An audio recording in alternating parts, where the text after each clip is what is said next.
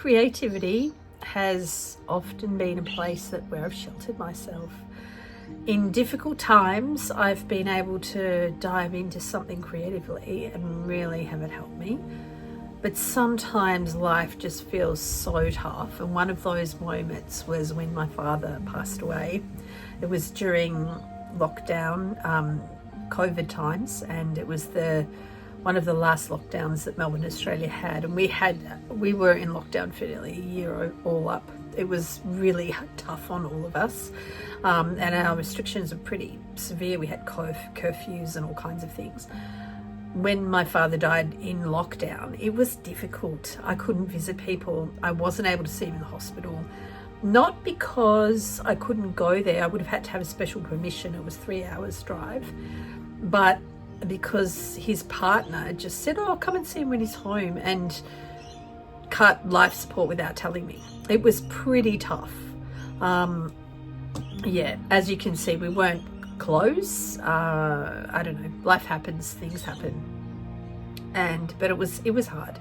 And I remember sitting there just being really shocked, because it's not something that I would even think anyone would do. I know that I can't imagine facing that kind of decision with, your partner being there and everything. But if my partner had children and I knew the children wanted to see him, like, I wasn't told he was dying. I was told he was very sick. I wasn't told he was dying. If I knew he was dying, it would have been different, and I would have been, driving down there without permission to go and see him. I just would have done it.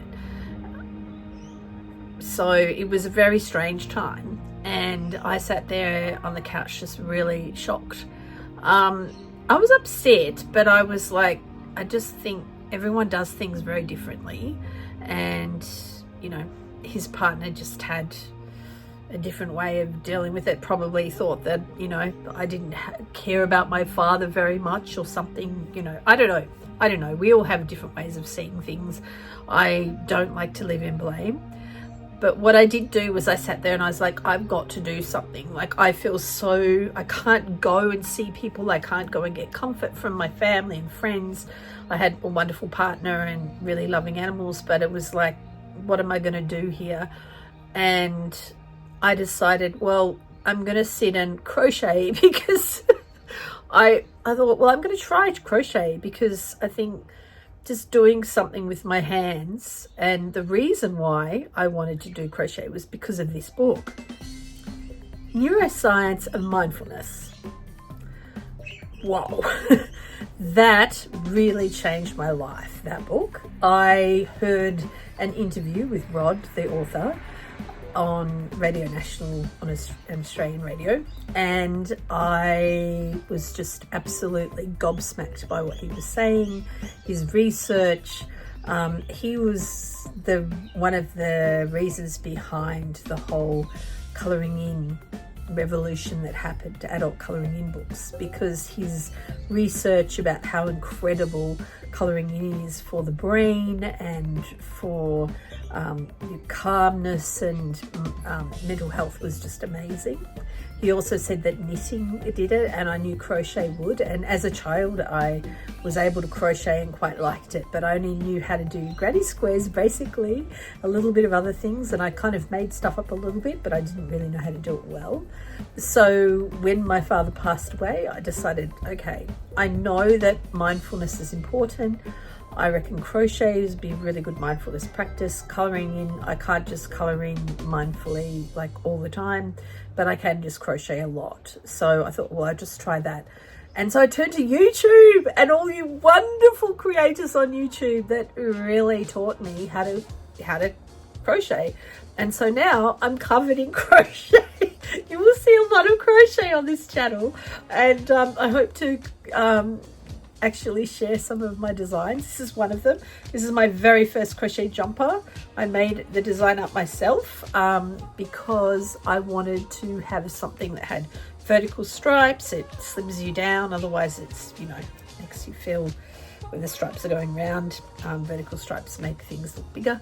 So I really wanted to create something that felt warm and cozy, but also felt good to wear and that was fun, out of the scraps of wool that I had from a blanket I made.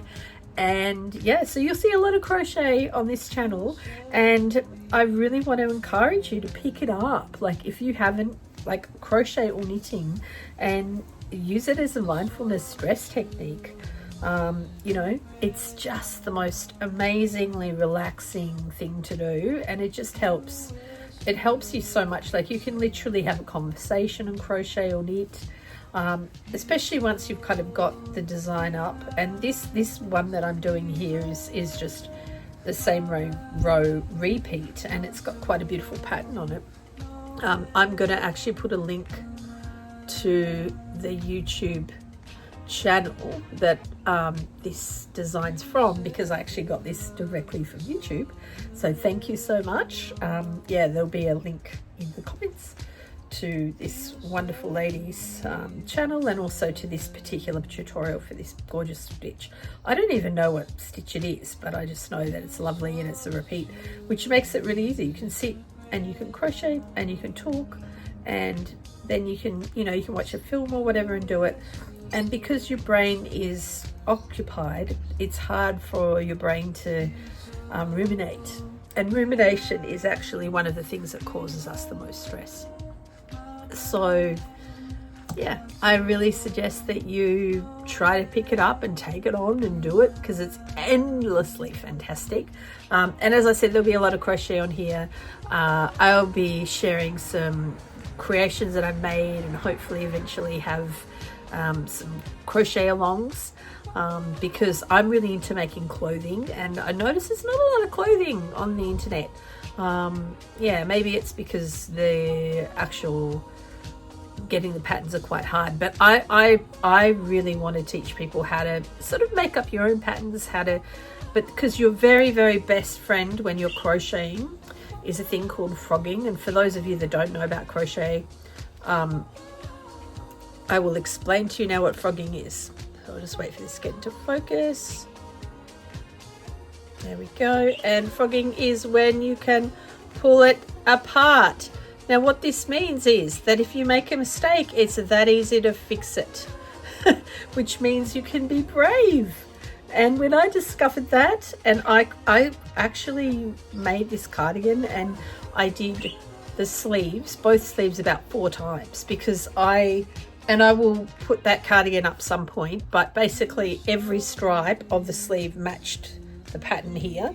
So it was actually quite a lot of work, because I was doing one different row or 2 rows for every single like every single line had a different color, so it was pretty intense to match it all, and I got it wrong a lot, and I made the sleeves completely different sizes.